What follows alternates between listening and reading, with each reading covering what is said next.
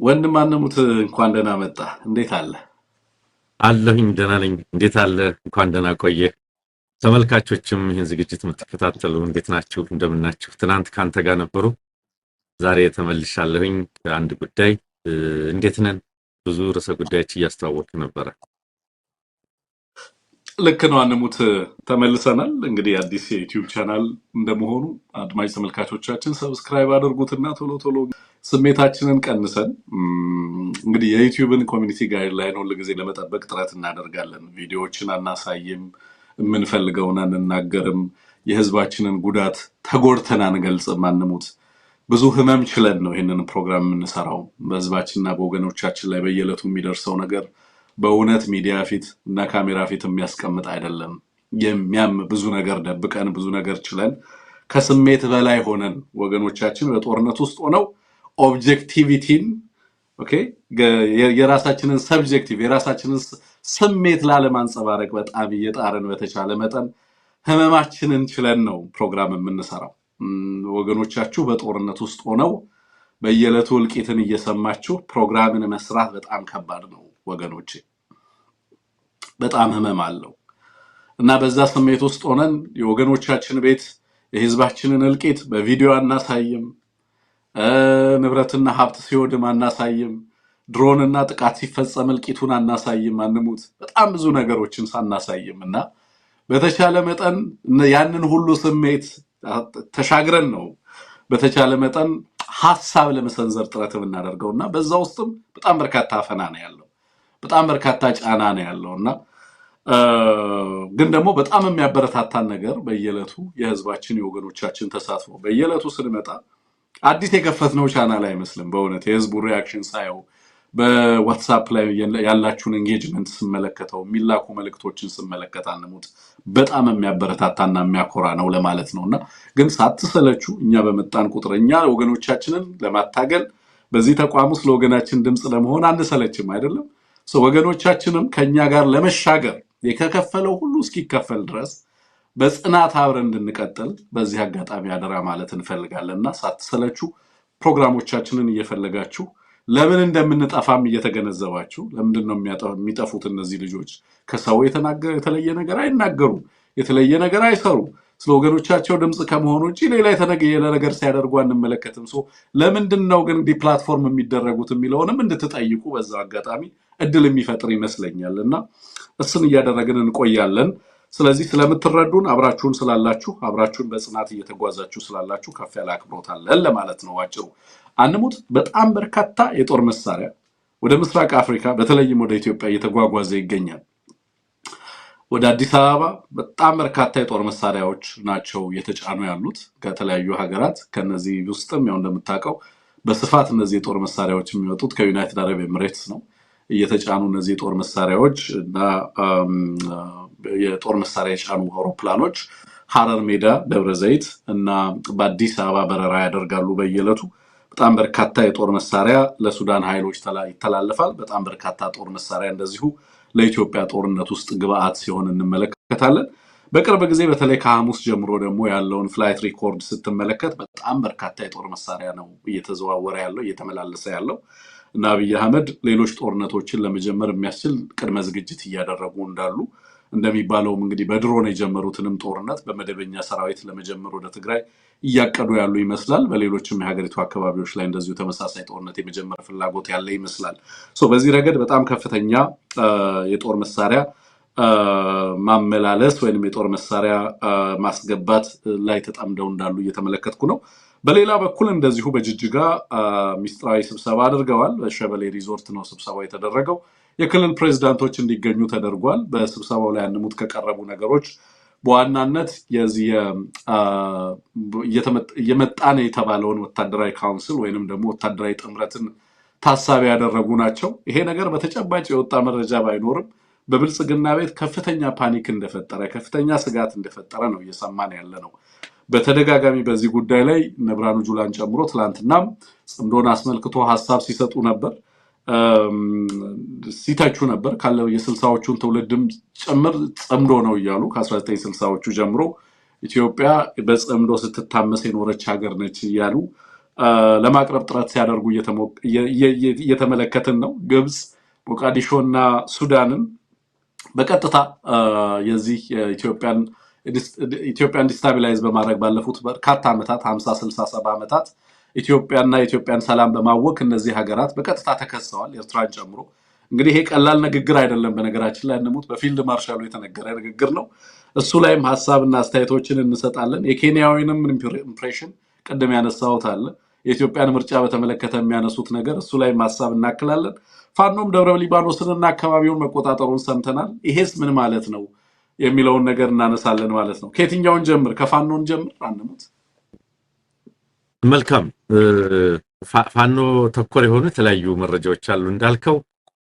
በነገራችን ላይ የመጀመሪያው የፋኖ መረጃችን የሚያሳየው ሰኔ 2 ወልዲያ ከተማ ላይ አብይ አህመድ ወይም ተመስገን ጥሩነህ ሊገኙ ይችላሉ ስለተባለ ከምኒልክ የተሰጠ ማስጠንቀቂያ አለ። ምናልባት እሱን ማስቀደም ጠቃሚ ሊሆን ይችላል ብዬ አስባለሁኝ።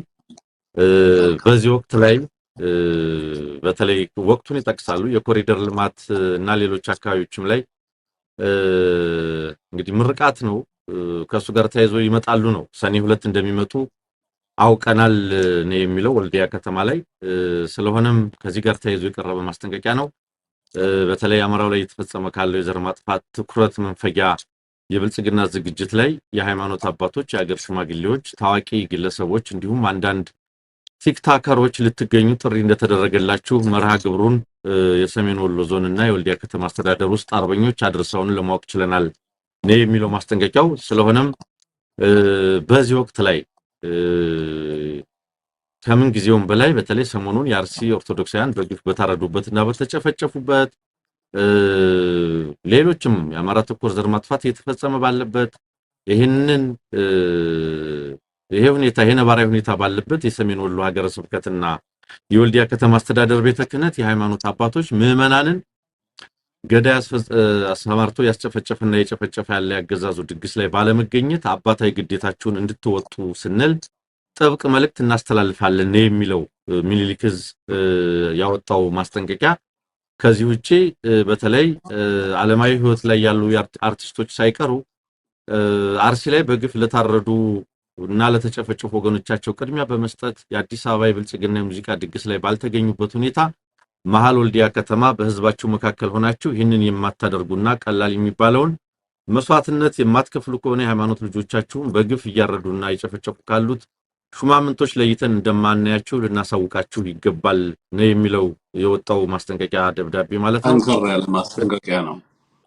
ጠንካራ ማስጠንቀቂያ ነው። ስለዚህ በዝርዝር ለተገለጸላቸው አካላቶች እንዲሁም ለወልዲያ ከተማና አካባቢ ህብረተሰብ በዕለተ ማክሰኞ በገበያ ቀናቸው የሚወጣውንም ህዝብ ለድግሳቸው ለመጠቀም ሲባል ገዳያችን ነው የሚለው ባዘጋጀ የሀገሩ ሰላምና ልማት ነው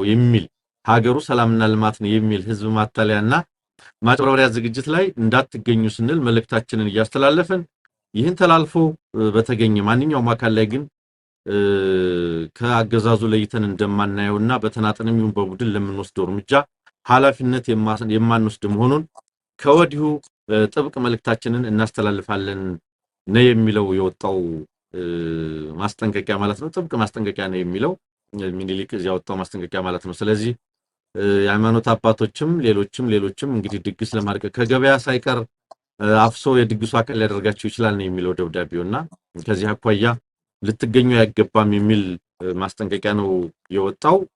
በሌላ ረገድ ህዝባዊ ውይይቶችም እንግዲህ እንዳልከው ትናንትና ምርቃትም ነበር፣ ትናንት ወዲያ የፋኖ ምርቃቶችም ነበሩ፣ ኮማንዶች ምርቃት ነበር። ሌላም እንደዚሁ የህዝብ ውይይቶች ተደርገዋል። በተለይ የአፋብን ሸዋ ጠቅላይ ግዛት አሳምነው እዝ መሐመድ ቢሆነኝ ኮር ነው በአስቴ ጎማ ተራራ ክፍለ ጦርና አጼ ዘርዓ ያዕቆብ ኮር የአጼ ይኩኖ አምላክ ክፍለ ጦር በሚያስተዳድሩት አካባቢ ይፋት ላይ አንጾኪያ ገምዛ ወረዳ አካባቢ ከህብረተሰቡ ጋር በተለያዩ ጉዳዮች ላይ ውይይት መደረጉን የሚገልጽ የህዝብ ውይይትና የአንድነት ፕሮግራም ተደርጓል ነው የሚለው። በነገር ላይ ይሄ እንዲህ አይነት የህዝብ ውይይቶች የህዝብ ግንኙነት ስራዎች የቀጠሉ ናቸው። ዝም ብሎ አንድ ሰሞን ጉዳዮች ብቻ ሆኖ አይደለም፣ በተለያየ ጊዜ እየተካሄዱ ነው የሚገኙት። የዲያስፖራውንም ሰልፍ በተመለከተ ለምሳሌ ባለፈው እስከ ሜይ 30 የተደረገ ተከታታይ ሰልፍ ቢኖርም አሁንም ቀጥሏል። በርሊንም በሚቀጥለው ሳምንት ውስጥ ይጠበቃል። ሰልፎቹ የሚቀጥሉ እንደሆኑ ነው የተረዳ ነው። ሌላው ተጠቅሰው የነበረው የተከታታይ 2 ቀናት የተደረገውን ልዩ ወታደራዊ ክንውን የተመለከተ ነው። የራስ አበበ አረጋይ ክፍለ ጦር ደብረ ሊባኖስ ወረዳ 2 ከተሞች ተቆጣጥሯል የሚለው ነው። እንግዲህ በተለይ ከአርበኞች ጦር ሰራዊት ጋር በቅንጅት የተሰራ ወታደራዊ ክንውን ነው የሚለው ፍቼ ላይ የደብረ ሊባኖስ ወረዳ ዋና ከተማን ጨምሮ ሴት ደብርና ውሻ ገድል የሚባሉ 2 የወረዳ ከተሞችን ዛሬ ረፋዱ ላይ በቁጥጥር ስር አድርገናል ብሎ ኮሩ መረጃ መላኩን የሚጠቅስ ነው። እንግዲህ እዛ አካባቢ ላይ በዚህ መረጃ ላይ በተላከልን ላይ እንደተመለከትነው በተለይ አካባቢ ነዋሪ የፋኖ ደጋፊ ናቸው በሚል ብዙዎችን ለሞትና ለስደት እንዲሁም ለከፍተኛ እስርና እንግልት የዳረጉ የወረዳው የብልጽግና አመራሮች ላይ ያነጣጠረ ጥቃት ፈጽመን የጸጥታ ዘርፍ ኃላፊና ሌሎች ቁስለኞች ወደ ፍቼ ከተማ ሆስፒታል ተወስደዋል የሚለው መረጃው ይህንን መሰል ውጊያዎችን በተለያዩ አካባቢዎች ሲደረጉ መዋላቸውን የተመለከቱ መረጃዎች ደርሰውናል። ከነዛ መካከል የቴዎድሮስ የ36ኛ ሻለቃ አድማ ብተና አዛዥ የነበረን ሻለቃ በሪሁን የተባለ እሱን ጨምሮ ሌሎች በርካታ አድማ ብተና አባላት በጀበላ ሙተራ ሻለቃ እርምጃ መወሰዱን የተመለከተ መረጃ ልከውልናል። 104ኛ ኮር ለመክበብ የመጣ ያገዛዙ ኃይል ራሱ ተከቦ ተመልሷል የሚልም ከምኒልክ የተላከልን መረጃ አለ። እነዚህና መሰል ውሎች ናቸው በዋነኛነት ከፋኖ ጋር የተያዙት ወንድም አለ። ያ እነዚህ መረጃዎች እንግዲህ ሰፋ ያሉ መረጃዎችን ከዜና ፕሮግራሞቻችን ከሌሎች ዜና ፕሮግራሞቻችንም በየዕለቱ ማግኘት ትችላላችሁ። የጽሁፍ ዜናዎችንም እንደዚሁ በኤቢሲ የቴሌግራም ገጾች ላይ በየሰዓቱ ለማግኘት እና እነዛ ላይ በጽሁፍም እንደዚህ ዜናዎች እንዲደርሷችሁ ለማድረግ እንሞክራለን። በየዕለቱ ያለውን ዴቨሎፕመንት አፕዴት እናደርጋለን ማለት ነው። አንሙት እዚህ አካባቢ አሁን እንግዲህ የምትነግረኝ አካባቢዎች ላይ እንደ ደብረ ሊባኖስን ጨምሮ በዛ አካባቢ ላይ የፋኖ እንቅስቃሴ በጣም ተጠናክሮ እየጨመረ ነው የመጣው። በጣም በበርካታ አካባቢዎች ማለት ነው። እነዚህ በአዲስ አበባ ራዲየስ ውስጥ የሚገኙ ከተሞች ናቸው፣ ወረዳዎች ናቸው። በ100 እና በ120 ኪሎ ሜትር ራዲየስ ውስጥ ብቻ ሳይሆን እስከ 60-70-80 ኪሎ ሜትር ራዲየስ ውስጥ በስፋት እየተንቀሳቀሰ እንዳለ ነው እየሰማን ያለ ነውና በጣም ከዚህ በፊት ፍሪኩዌንሲው በጣም ዝቅተኛ ነበር። እንደነዚህ አይነት አካባቢዎች ላይ የሚመጣበት ሁኔታ ምናምን በጣም የተወሰነ ነበር የነበረው። አሁን ግን ስመለከተው በጣም በፍጥነት እንደዚህ አይነት ቦታዎች ላይ በስፋት እየተስፋፋ መምጣቱን ነው መለከተው። በነገራችን ላይ በአፋብን በኩል ያሉ ኃይሎች ብቻ ሳይሆን በኦላ በኩል ያሉ ኃይሎችም እንደዚሁ በእንደዛ አካባቢ ላይ በመጠነ ሰፊ በሸገር ለምሳሌ ዙሪያ ላይ በመጠነ ሰፊ እንቅስቃሴ እያደረጉ እየመጡ ነው ያሉት እና አዲስ አበባ ኢዝ ኖ ሞር ፋር አይደለ?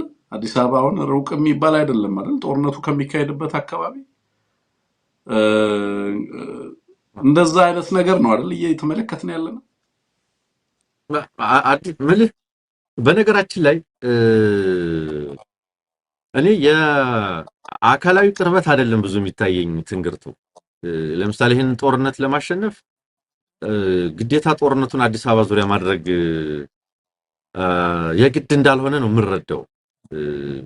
ጦርነቱ ሰሜን ጎንደር ላይ ወይም ወሎ ላይ ወይም የትኞቹም ያገዛዙ እዞች ባሉበት አካባቢ ላይ ሊያልቅ ይችላል ይሄ ጦርነት ብዬ ነው የማስበው። ምክንያቱም እንደምታውቀው በኢህአዴግ ጊዜ እንኳን ሽሬ ላይ ከፍተኛ የሆነ የደርግ ኃይል ሲመታ ከሞላ ጎደል ወደ መሀል ሀገር ይደረግ የነበረው ጉዞ በጣም ቀላል እንደሆነ የሚያሳዩ ነገሮች ሲነገሩ እናስታውሳለን። እና እኔ አሁን ከደብረ ብርሃን ተነስታ አዲስ አበባ በወታደራዊ ቋንቋ እኮ አንሙት። አሁን ጦሩ እኮ አዲስ አበባ ላይም ሳይሆን አማራ ክልል ላይ ኦልሞስት ተሸንፏል አይደለም? አሁን ስለ መሬት ላይ ስላለው እግረኛ ኃይሉ ከሆነ የምናወራው ማለት ነው።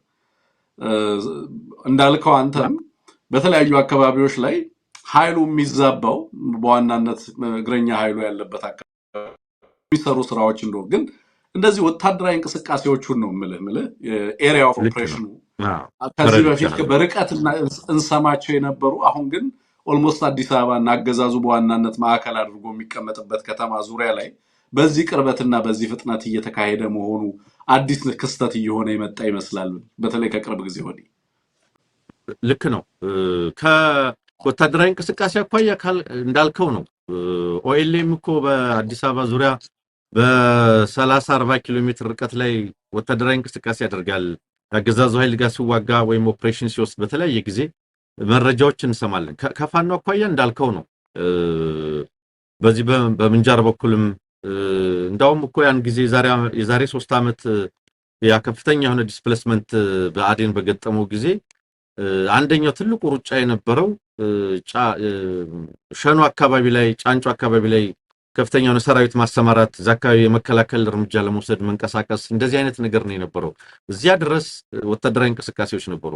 ከወታደራዊ እንቅስቃሴ አኳያ እንዳልከው በተለይ ወደዚህ ቀረብ ያለ እንቅስቃሴ እየተደረገ መሆኑን የሚያሳይ ነው። ይሄ እንግዲህ የአዲስ አበባ መንግስት ነው ያለው። መንግስት አዲስ አበባ ላይ የታጠረ ነው፣ በአዲስ አበባ ዙሪያ ላይ ያለ ነው። ነገር ግን ወታደራዊ እንቅስቃሴዎች አዲስ አበባ ላይ በመቀመጥ ብቻ የምትመክታቸው ወይም በርቀት የምታስቀራቸው አይደሉም። ወይም አዲስ አበባ ስለተቀመጥክ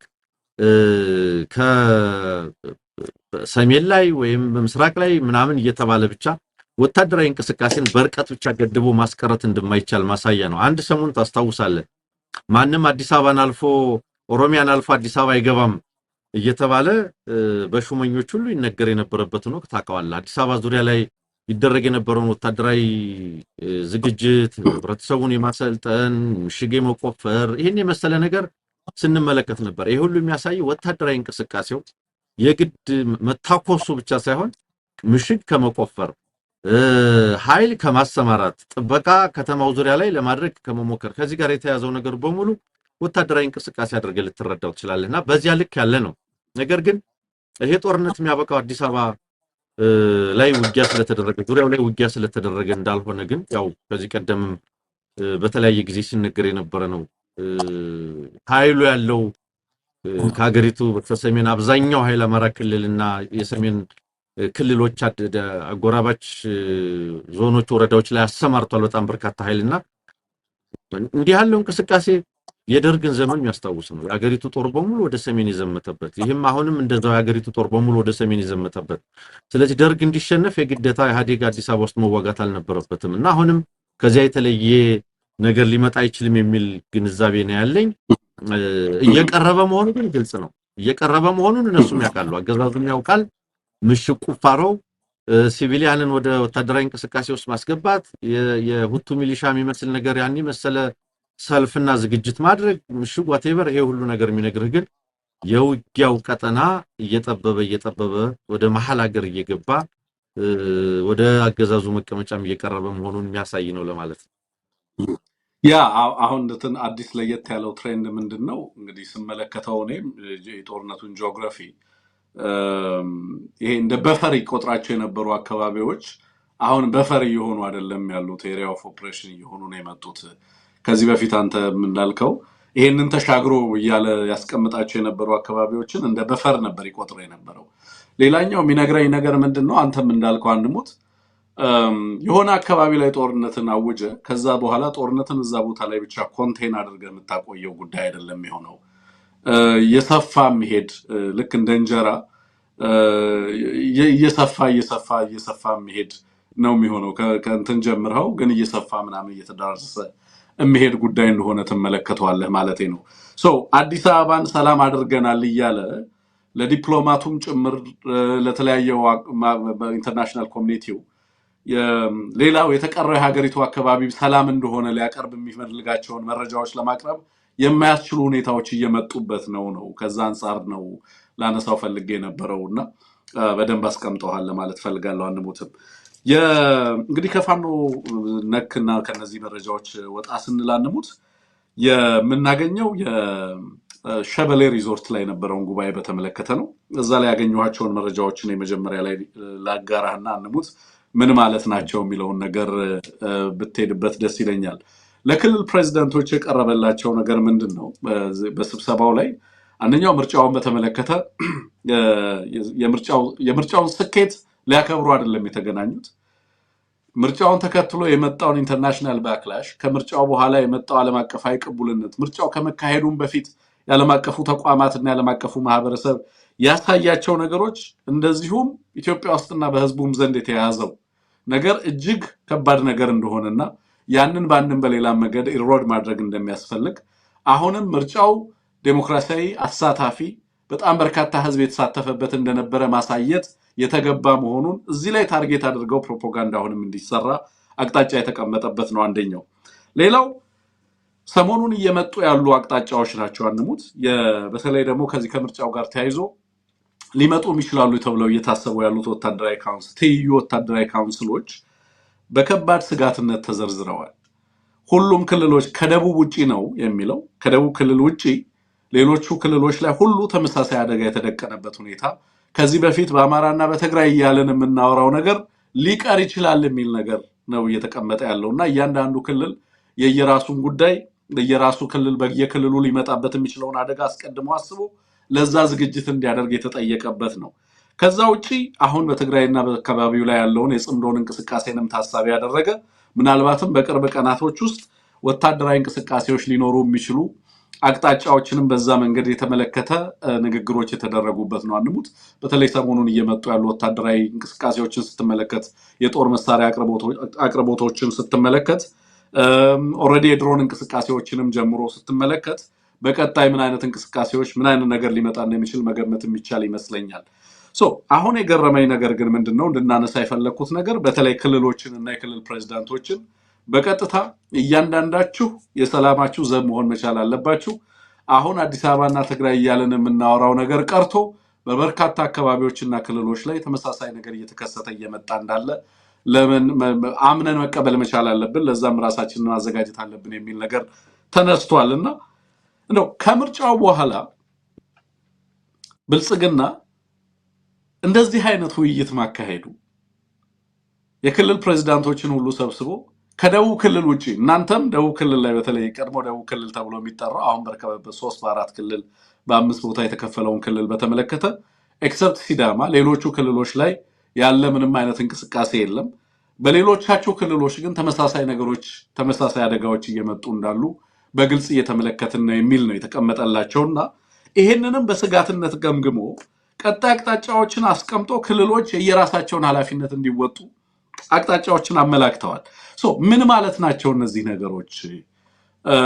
በእርግጥ በአማራና በትግራይ ክልል ለዘላለም ተወስኖ የሚቀር ትግል ይኖራል ተብሎ ይታሰብ ነበር ወይ በብልጽግና በኩል የሚለውን ነገር አንድ ላይ እንድታነሳልኝ ነው። ያ እንግዲህ ምንድነው የምትረዳው አንተም ለመጠቆም እንደሞከርከው ከምርጫ ማግስት ይሄን ማውራት ምን ማለት ነው? ምርጫ ከዲሞክራሲያዊ ሂደትነት ባለፈ ከሞላ ጎደል የቅራኔ መፍቻ ወይም ህዝብ ያልፈለገውን በምርጫ ካርዱ የሚወስንበት አንደኛው ሂደት ነው የነበረው። ምንም እንኳን ኢትዮጵያ ውስጥ በምርጫ የተቀየረ መንግስት፣ በምርጫ የወረደ መንግስት፣ በምርጫ የወጣ መንግስት ባይኖር ባለፉት 7 ልምምዶች ወይም 6 ልምምዶችን በለው ወይም እስከዛሬ በነበረ የምርጫ ኤክስፒሪየንስ ይሄ ባይሆንም ሰባተኛውን ቆጠረው ሰባተኛው እንኳን አለ ማለት አንችልም። ስለዚህ ከዚህ አኳያ እንዴት ምርጫ አደረኩ ባልክበት እለት በለው ማግስት ለማለት ስለሚከብድ ነው። ሳምንት እንኳን ሳይሞላው በመላው ሀገሪቱ ጦርነት ሊቀሰቀስብኝ ነው የሚል በመላው ሀገሪቱ ያለው የክልል ፕሬዝዳንቶችን ሰብስበው ሁሉም ራስህን አድን የሚመስል ምክክር ውስጥ እንዴት ይገባል? ይሄ ምርጫ አንደኛው ሊያደርግ ይችል የነበረው ነገር እንዲህ አይነት ልዩነቶች በምርጫ ካርድ በህዝብ ይሁንታ የሚወሰኑበት ነገር ማድረግ አልነበረም ወይ? ይሄ ስላደረከው ምርጫ ድራማ ምን ይነግራል የሚለውን ጥያቄ እንዳንድ ተመልክተነው ልናልፍ እንችላለን። በሌላ ረገድ ግን የዚህ አገዛዝ ትልቁ ሰቀቀን ሆኖ ላለፈው 1 አመት ከምናምን ወይም 2 አመት የምናውቀው ኢትዮጵያ ውስጥ ያሉ የታጠቁ ኃይሎች ትብብር ሊፈጠር ይችላል የሚለው ጉዳይ ነው። በነገር ላይ ኦልሞስት 3 አመት ገደማ ሆኖታል። አዳምቻቸዋለሁ፣ አቆራርጫቸዋለሁ፣ እንዳይገናኙ አድርጌ ለዝንት ዓለም በትኛቸዋለሁ የሚላቸውን አካላት ተመልሰው ሊተባበሩብኝ ነው የሚል ሰቀቀን ውስጥ ገባ። ኦልሞስት 3ኛ አመት ገደማ ነው። ታስታውሳለህ? ዛሬ 3 አመት ናዝሬት በተደረገ ጉባኤ ላይ ነው የኤርትራ ሻቢያ ወያኔና ፋኖን እየደገፈ ነው፣ ወያኔ ሻቢያና ፋኖ ሊተባበሩ ይችላሉ የሚል አጀንዳ የዛሬ 3 አመት ነው አንስቶ የነበረው በአጀንዳ ደረጃ። ሰቀቀኑ ያን ጊዜ የጀመረ ነው። የዛሬ አመት ገደማ ደግሞ በጣም ሲሪየስ የሆነ ግምገማ ነው ያደረገው። በየትኛውም አማራጭ ሁሉንም አቅሞች ተጠቅመን ይሄ ትብብር እንዳይፈጠር ማድረግ አለብን የሚል የጀነራሎቹ ግምገማ የስድስት ወራት የወታደሮች ግምገማ ላይ ተነስቶ ሲመከር እናስታውሳለን። ከዛ በኋላ በሚደረጉ መድረኮች ባሉ መድረኮች በሙሉ የትብብር ጉዳይ ነው። አሁን ተባበሩብኝ የሚለው ነገር ተሰባሰቡብኝ የሚለው አጀንዳ ለማጋጨት የተደረጉ ጥረቶች በሙሉ ከሽፈው እርስ በርስ ለማዋጋት የተደረጉ ጥረቶች በሙሉ ከሽፈው ተሰባሰቡብኝ አንድ ላይ ተሰለፉብኝ የሚለው አጀንዳ አህጉር አቋራጭ እየሆነ ነው መሰለኝ። ዝም ብሎ ሀገር ውስጥ ያሉ የታጠቁ ጸረ አገዛዝ ትግል የሚያደርጉ የታጠቁ ኃይሎች ከክልል ክልል ብቻ ሳይሆን ጎረቤት ሀገራት ኤርትራንም ሱዳንንም አሁን አልፎ ደግሞ ግብጽንም የማይጠቀስ የለም። አሁን ሁሉም አንድ ላይ ተሰልፎብኛል የሚል ግንዛቤ ናሬቲቭ በደንብ ሲቀርብ ትመለከታለህ። ኦኬ ይሄ ምን ማለት ነው? ይሄ ስጋት ከምን የመጣ ነው? በተለይ ኦሮሚያ ላይ ትጥቅ ትግል የሚያደርጉት ኃይሎች እንዴት ከምኒልካውያን ጋር ትተባበራላችሁ?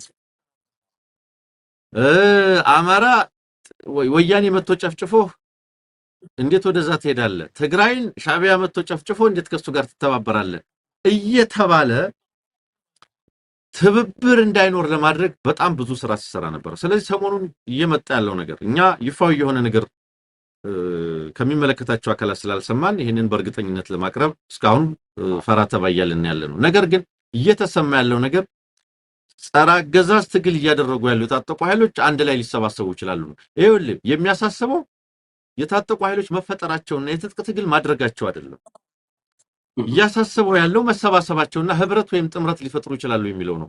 ለምን ጠበንጃ እሱ ነው የሚገርመኝ። አንሙት ማለት የጦርነቶቹ አይነት ብዛት የታጠቁ ኃይሎች መጠን በየዕለቱ እንደዚህ ማደጉ አይደለም ለዚህ አገዛዝ የሚያስጨንቀው። ሀገሪቱ ውስጥ ፖለቲካዊ አማራጮች ለምንድነው እየተዘጉ የሄዱት? ለምንድነው ሰዎች ወደ ጦርነት የሚገቡት? ጦርነትን እንዴት እንዳማራጭ መውሰድ እየተበራከተ መጣ አይደለም የሚያስጨንቀው። ትብብራቸው ነው ብዙ ጊዜ ሲያስጨንቀው የምመለከተው። እና ለምንድነው ግን ይሄንን እንትን የሚለው?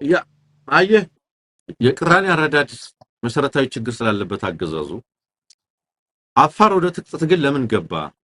በጣም በርካታ ወጣት ወደዛ እየጎረፈ እየተደራጀ ያለው ለምንድን ነው? ምክንያቱም ፈርጆ ለፕሮፓጋንዳ ይጠቀም የነበረው ወያኔና አማራ ወይም ጽንፈኛ ምናም ብሎ እዛ ላይ ነበር የሱን ትክክለኛነት ለማሳየት የነዚህን ኃይሎች ስተትነት ለማሳየት ሁለቱን ኃይሎች ብቻ ነበር ለመጥቀስ ይሞክር የነበረው። ግን ከዛ በኋላ ለምንድነው አፋር የተደራጀው? ለምንድነው ሶማሌ አስመራ ድረስ ሄደው ተስማምቶ ይዞት ከመጣ በኋላ ኦኤንኤልኤፍ ኢንፋክት ሌሎች ሁለት ድርጅቶችን ጨምሮ ለምን እንዲህ ወዳለ ወታደራዊ ትጥቅ ትግል ውስጥ ገባ? ኦኤልኤ ከአስመራ ድረስ ይዞት መጥቶ ወደዚህ ደረጃ እንዴት ተሸጋገረ? ከዳሬ ሰላም ጀምሮ ብዙ ድርድር አድርጎ ለምን ፌል አደረገ? ጉሙዝ ለምን ተደራጀብኝ? ጋምቤላ በዚህ ደረጃ ለምን ተደራጀ? ደቡብ ላይ ደቡብ ፋኖች ታጣ የሚሉ በዚህ ደረጃ ለምን ተደራጀ? ይሄ ጉዳይ ያሳስበው? ይሄ ጉዳይ አይጨንቀውም ወይ? ንቀት አለ፣ ኦፍ ኮርስ ንቀት አለ ምናቀው። ሁለተኛ ምን ችግር ቢኖር ነው? ምን ጥፋት ቢሰራ ነው? ምን አስተዳደራዊ በደል ቢኖር ነው? ምን ስላደረግን ነው? ምን ብናጠፋ ነው? ምን ቢሰጉ ነው አይልም። ምክንያቱም የችግሮቹን ምንጭ የመታጠቃቸውን ምክንያት የመፍታት ፍላጎት ስለሌለው ኢንፋክት የመታጠቃቸው ዋንኛው ምክንያት ራሱም ስለሆነ ተግባሩ ዓላማውና አካሄዱ ደግሞ መታጠቅንና የትጥቅ ትግልን የማያስቀር ስለሆነ እንዳይታጠቁ የሚያደርግ ፖለቲካና አስተዳደር ሊሰራ አይችልም። ስለዚህ የሚያሳስበው ተጠናክረው ይወጉኛል አይወጉኝም ስጋት የሚሆንበት ጉልበት መጨመር አለመጨመራቸው መተባበር አለመተባበራቸው እንጂ መፈጠራቸው አይደለም። ያለነው ነው እኮ ያለው። ሽፍታ ድሮም ነበር አሁንም አለ ወደፊትም ይኖራል። ጦርነት የተደረገም ልማት ይለማል። ሰላም እናምጣና ከዛ በኋላ እናልማ የሚባል ነገር የለም የሚል ብዙ ዲስኩር ስንሰማ ከርመናል። እንደምታውቀው በመሰረታዊነት ሁሉም ክልል በዚህ ደረጃ የታጠቀ ኃይል አፋር እኮ የታጠቀ ኃይል ነበር አርዱፍ የሚባል የኡጉጉሞን ግን አያክልም ነበር። አሁን ያለው ጉጉሞ የተደራጀበትን እያሰባሰበ ያለውን የሰው ኃይልና ትጥቅ የሚያክል ግን አልነበረም። በኢህአዴግ ዘመን እንመልከተው ወይም ኢህአዴግ ከመምጣቱ በፊት 17 የታጠቁ ኃይሎች ምናምን ይባል ነበር አይደለም?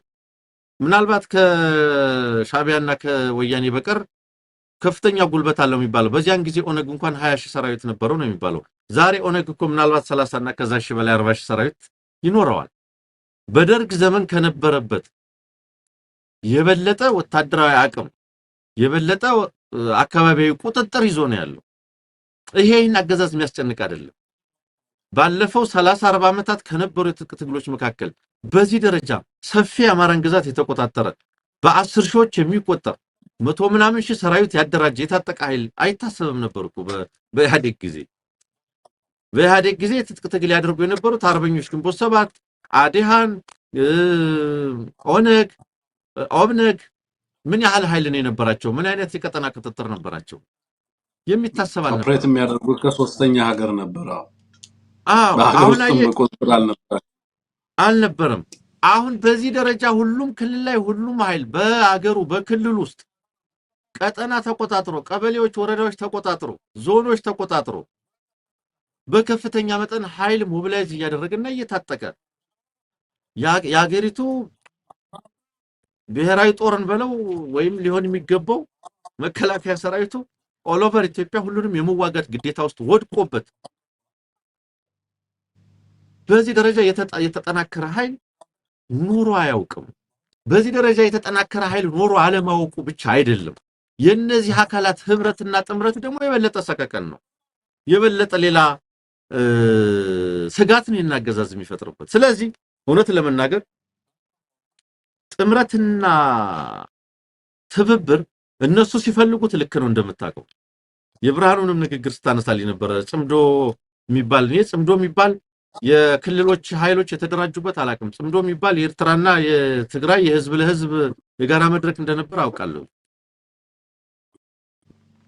ይህንን ኢንዶርስ አድርጎ ተቀብሎ በዚህ ስም የሚጠራ ካውንስልን በለው ወይም ጽምዶ ነኝ የሚል አገራዊ የታጠቀ ኃይል አላውቅም እውነት ለመናገር። ነገር ግን ከ60ዎቹ ጊዜ ጀምሮ የነበረ ነው ይላል።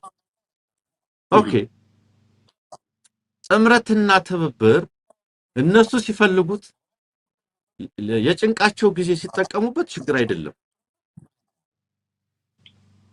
ከወያኔ ጋር ሲዋጉ ሶማሌንም ሲጠራ ኤርትራንም ሲጠራ አልቡራንንም አግዘኝ ሲል ከውስጥም ከውጭም ሚድል ኢስትም ምንም ሄዶ የሚችሉ አካላት ሁሉ እንዲያግዙት ሲያደርግ ያን የመሰለ ጥምረት ችግር አይደለም። በአንድ ጉድጓድ ተቀብረናል እኛና ኤርትራ እያለ ያንን ትብብርና ጥምረት ሲፈጥር ስህተት አላደረገውም።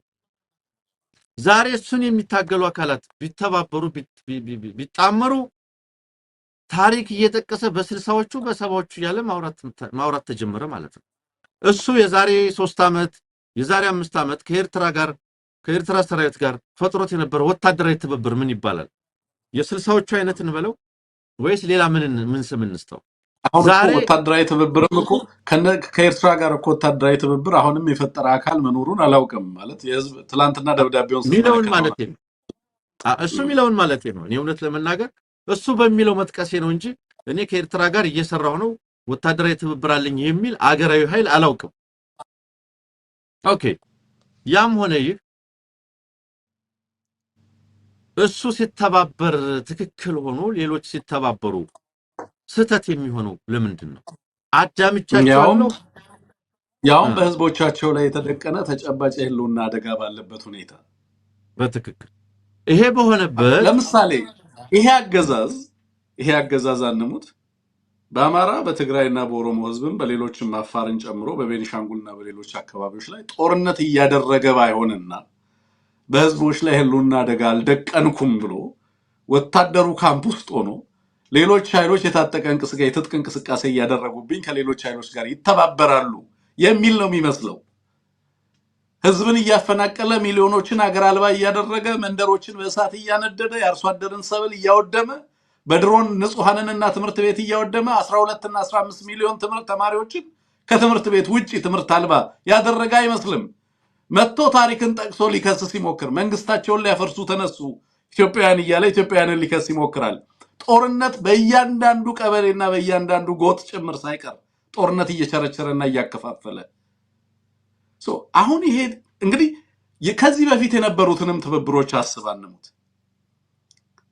ምክንያቱም እነዚህን ሁሉ መርጅ እያደረገ የሆነ ያወራ ያለው ለምሳሌ በተመሳሳይ ይሄ አገዛዝ የዋቆ ጉቱ ፋውንዴሽንን መስርቶ በስሙ ሐውልት አቁሞ ትምህርት ቤት መስርቶና ትልልቅ ፋውንዴሽኖችን መስርቶ ዛሬ ልክ በጦርነት ውስጥ አጣብቂኝ ሲመጣ ሞቃዲሾ ሄደው የነበሩ ሌሎች አካባቢዎች ላይ ሄደው የነበሩ የፖለቲካ ኃይሎችን ስም እየጠራ በተለያዩ ሀገራት የነበሩ አካላትን ከዚህ በፊት ያደረጋቸውን ቃለ መጠይቆች ሰምቻለሁ እኔ ብራኑ ራሱ በነዛ ቃለ መጠይቆቹ ለምሳሌ በአንድ ቃለ መጠይቅ ከኦቤን ጋር የዛሬ 3 ዓመት ያደረገው ቃለ መጠይቅ ላይ ከኦቤን ጋር ባደረገው በአማርኛ ቋንቋ በተደረገ ቃለ መጠይቅ ላይ ከዚህ በፊት ይደረጉ የነበሩ የነጻነት ትግሎችን ሙሉ ለሙሉ ደግፋለሁ ብሎ ሲናገር አስታውሳለሁ I have the ቪዲዮ አለኝ ጭቆና ስለነበረ የተደረጉ ናቸው እያለ ከዚህ በፊት የተደረጉ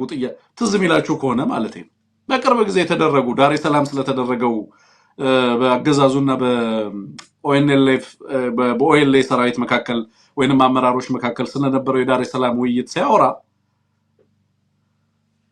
ከዚህ በፊት የነበሩ ነገሮች ከዚህ በፊት የኦሮሞ ህዝብ ትግል ማድረጉን የትግራይ ህዝብ ትግል ማድረጉን ሌሎችም ጭቁን ህዝቦች ትግል ማድረጋቸው ኢትዮጵያ ውስጥ ከነበረ መዋቅራዊ ጭቆና የመነጨ ስለነበረ ሁሉንም ደግፋለሁ ትክክል ነበር በወቅቱ እያለ ሲያስቀምጥ ተሰሙታላችሁ የብሔር ጭቆና ነበር ማርጂናላይዝ የተደረጉ ከስልጣን የተገፉ ከማዕከሉ የተገፉ ባህላቸውን ቋንቋቸውን ስቴቶቻቸውን እንዳያዳብሩ የተደረጉ የማህበረሰብ ክፍሎች ነበሩ ብሎ በቃል ነበሩ ብሎ ስለዚህ ያንን ትግል ማድረጋቸው ተገቢ ነበር ብሎ ኢንዶርስ ያደርጋል በዚህ በዛሬ 2 ዓመት ባደረገው ቃለ መጠይቅ ከዳሬ ሰላም በኋላ ባደረገው ቃለ መጠይቅ ግቡና ሰሙት አሁን ላይ እንደውም በእኛ ዘመን ይላል አሁን ይሄ ለውጥ ከመጣ በኋላ አብዛኞቹ ጥያቄዎች ለምሳሌ ራስን በራስ የማስተዳደር ጥያቄ የመሬት ጥያቄ ደርግ መለሰው ይላል ራስን በራስ የማስተዳደር ጥያቄ ነው በከፊል ኢህአዴግ መለሰው ይላል የቀሩትን ስራዎች ደግሞ አሁን ያለው ለውጥ ሞልቶታል ስለዚህ አሁን ኦሮሚያ ውስጥ የታጠቀ ኃይል ምን ይሰራል እያለ ሲጠይቅ ነበር ማቀው ከዚህ በፊት የተደረጉ ትግሎች ተገቢና ትክክል እንደነበሩ አንደርስኮር አድርጎ ይናገራል በዛ ላይ ናው አሁን የመጣው ነባራዊ ሁኔታ ሀገሪቱ ውስጥ ያለው ተጨባጭ ሁኔታ አይነቱና መልኩ ሲቀየር ወደ 1960ዎቹ ወደ ኋላ ሄደና ከዚህ በፊት የነበሩ ትግሎችን ሁሉ ማነወር ጀመረ እንደያስፈላጊነቱ ሂስቶሪካል ሪያሊቲም ኮንቴስትድ ሆኖ ይቀርባል በብልጽግና ዘንድ አስፈላጊ ሲሆን ይተቻል አስፈላጊ ሲሆን ደግሞ በተወቅሶ ይቀርባል አስፈላጊ ሲሆን ደግሞ በጠላትነት ይፈረጃል በአንድ ወቅት ሀገር አዳኝ ተብሎ የተመሰገኑ ሀገራት በሌላ በቀን ለኛ ጥፋት ለተቀን የሚሰሩ ጠላቶቻችን ተብለው ይፈረጃሉ በአንድ ወቅት ሀገርን አድን ተብለው ጥሪ የተደረገላቸው አካላት ከሃዲዎች ባንዳዎች እየተባሉ ይፈረጃሉ ለፍረጃው ብልጽግና እንደተስማማው ነው ፍረጃው የሚያገለግለው ታሪካዊ ምን ያህል ፋክት አለው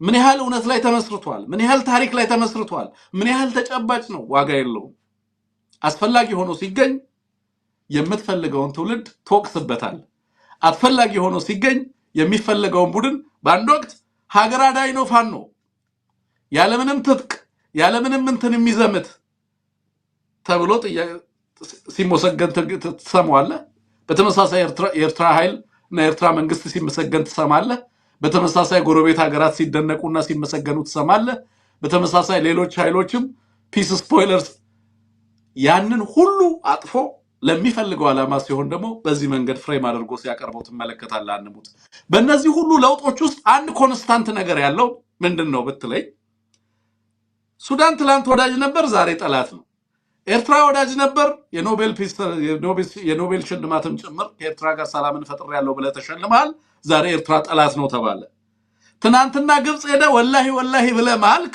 ዛሬ መጣና ግብጽ ታሪካዊ ጠላቶቻችን ናቸው አልክ ትላንትና ሶማሊያ ወዳጅ ነበር ዛሬ ሶማሊያ ጠላት ነው። ትላንትና ፋኖ አገራዳይ ነው፣ ዛሬ ደግሞ ጠላት ነው። ትላንት በእንደዚህ አይነት መንገድ ያልተቀየረው ማን ነው? የነሱ ፍረጃ ነው። they are the only constants እዚህ ጋር ስትመጣ ሁሉም ኃይሎች ትላንትና በሀገሪቱ ውስጥ በሚቀርብላቸው ጥሪዎች ሁሉ ተገኝተው እንደ ወዳጅ እንደ ጎረቤት ሀገር ማድረግ ያለብን የሚሏቸው ነገሮች ላይ ተሳትፈዋል። ዛሬ በጠላትነት የምትፈርጃቸው ኃይሎች ሁሉ በተለያየ ጊዜ ሀገር ችግር ገጠማትን ባልክ ጊዜ በተለያየ ጊዜ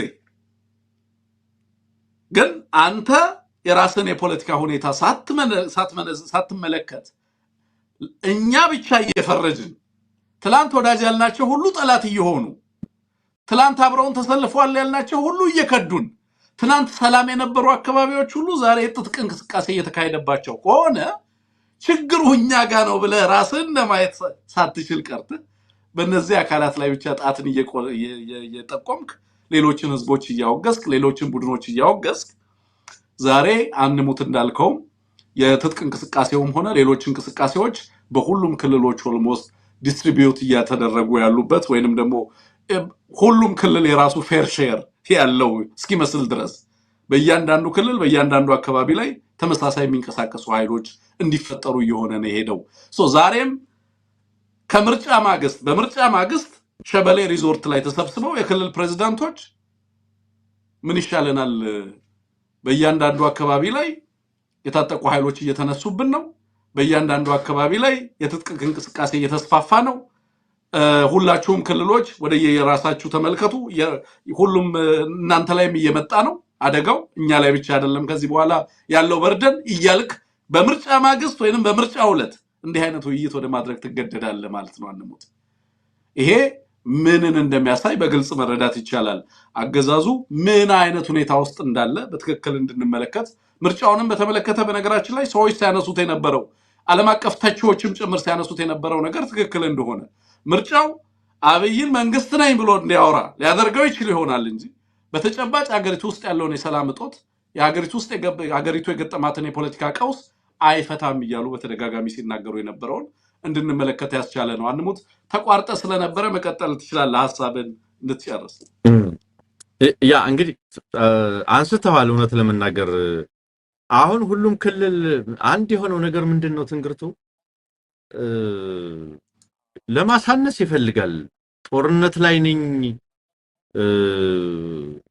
የሚለው ነገር ዓለም አቀፍ ማህበረሰብ አገራዊ ሞቢላይዜሽን ውስጥ በመግባት ቅስቀሳ ለማድረግ አልተመቸውም ለሀገር ውስጥም አልተመቸም ህብረተሰቡ ሰልችቶታል አምና ባለፉት 5 ዓመታት የጦርነት ቅስቀሳው በተለይ የሁለቱ ዓመት የሰሜኑ ጦርነት ህዝቡን በምን ያህል ደረጃ እንዳሰለቸ በምን ያህል ደረጃ ሁኔታው ለሀገር አስጨናቂ እንደነበረ ሀገር ያውቃል አሁን ያ ጦርነት ቀጠለ 5ኛ ዓመት 6ኛ ዓመት እየገባ ነው በዚህ ምክንያት አገራዊ ሞቢላይዜሽን ለመፍጠር አልቻለም ክልሎች እንደፈለገው ለመንቀሳቀስ አልቻሉም ሚሊሻ ዋጡልን ወጣት መልመሉልን መከላከያው የሚቀላቀል ወጣት አምጡ የሚለው ጉዳይ አርኪ ሆኖ ሳቢ ሆኖ አልተገኘም ስለዚህ ክልሎች ይሄንን እነሱን የማይመለከት አርገው ነው አብዛኞቹ ቁጭ ብለው ይኖሩት በአካባቢያቸው ስንት በደል እየደረሰ የክልል ብልጽግና መዋቅሮች ግን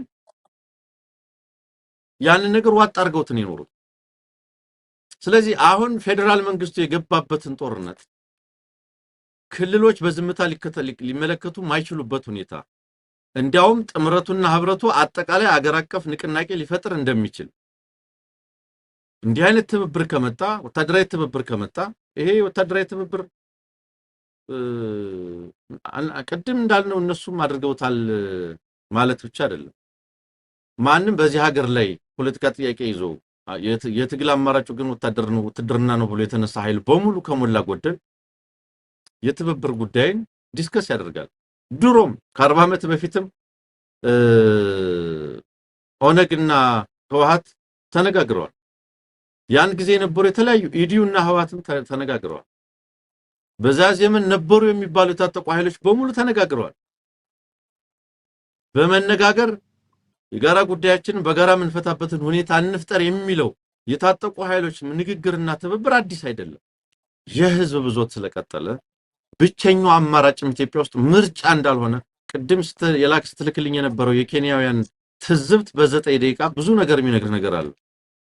ብቸኛው አማራጭ ኢትዮጵያ ውስጥ እንዲህ ያለ የስሙላ ምርጫ ስትመለከት ሰላማዊ ፖለቲካ የፓርቲ ፖለቲካ ጉዳይ ኢትዮጵያ ውስጥ መሰረታዊ የህዝብን ጥያቄ ሊመልስ እንደማይችል መሰረታዊ ፖለቲካ ተሳትፎ ሊያረጋግጥ እንደማይችል አረጋግጧል።